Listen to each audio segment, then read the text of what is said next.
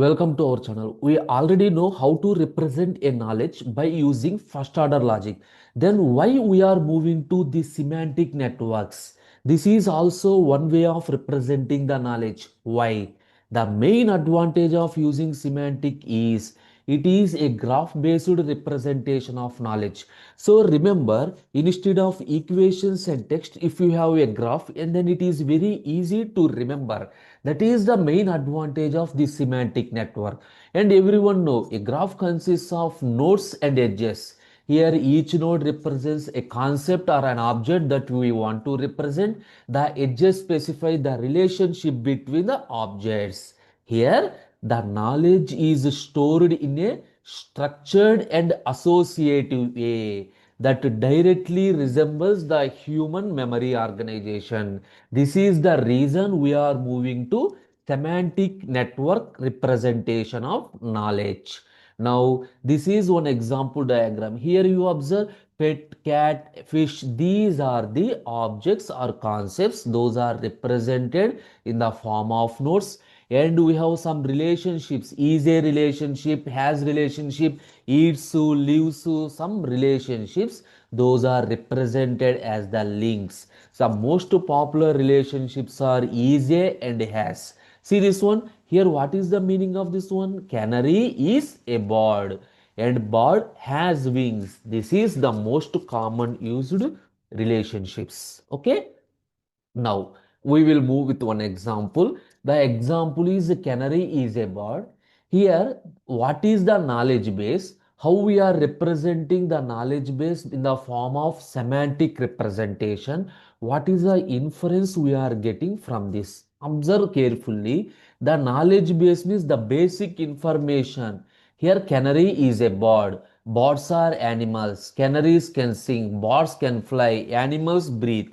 These are the knowledge base. From this, observe the relations in the form of semantic. Canary is a bird and birds are animal. That is automatically bird is a animal. Here I formed this relation. Now canaries can sing. Here the relation is can. Birds can fly. Birds can fly. Animals can breathe.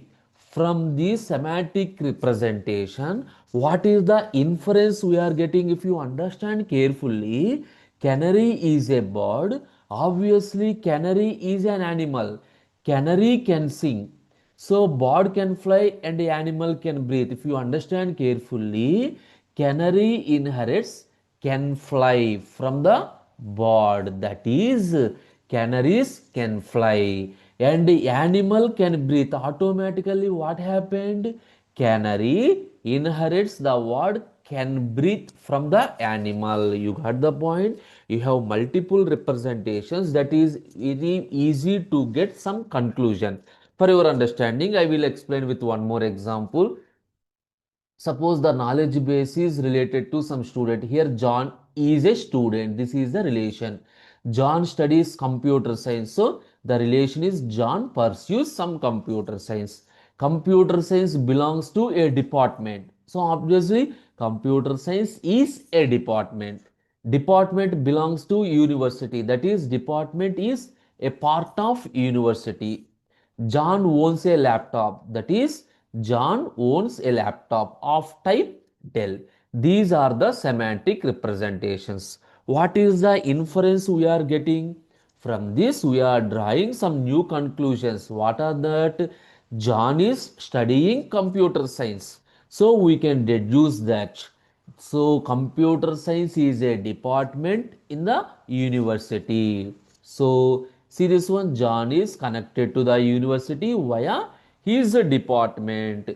And generally here the John uses Dell laptops. Generally we assume that so everyone uses Dell laptops for his academic work. Now you got the concept. So from these representations, we are getting some inferences. This is the main advantage of semantic net representation. Now, what are the advantages and disadvantages?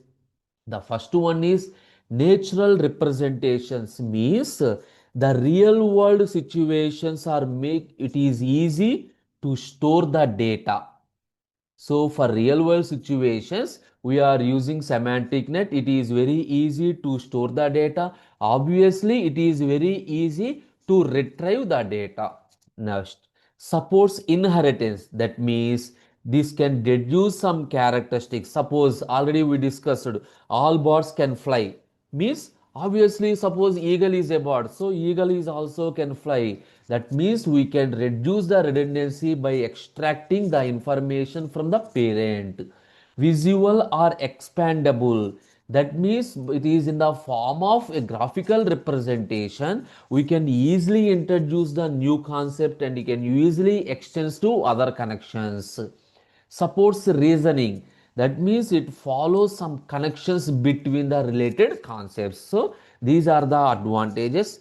Coming to disadvantages, the main disadvantage is scalability.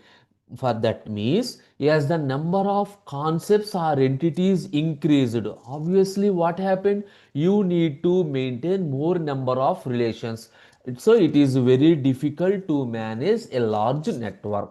Lack of standardization means for representing the relationships there is no fixed method, so depending upon the person to person the method may vary. Now, performance. Obviously, if the number of concepts increased means the graph takes, it is a very difficult, it takes a large amount of time for some searching purpose. No uncertainty handling. It is difficult to representing the uncertain knowledge, that is the probabilistic knowledge. So these are the disadvantages. Now you got it. So finally, what is the semantic network? Simply, it links the concepts through nodes and relationships. It uses the concept of inheritance and is useful for mainly expert systems, ontology design, and semantic search. It is mainly used by Google.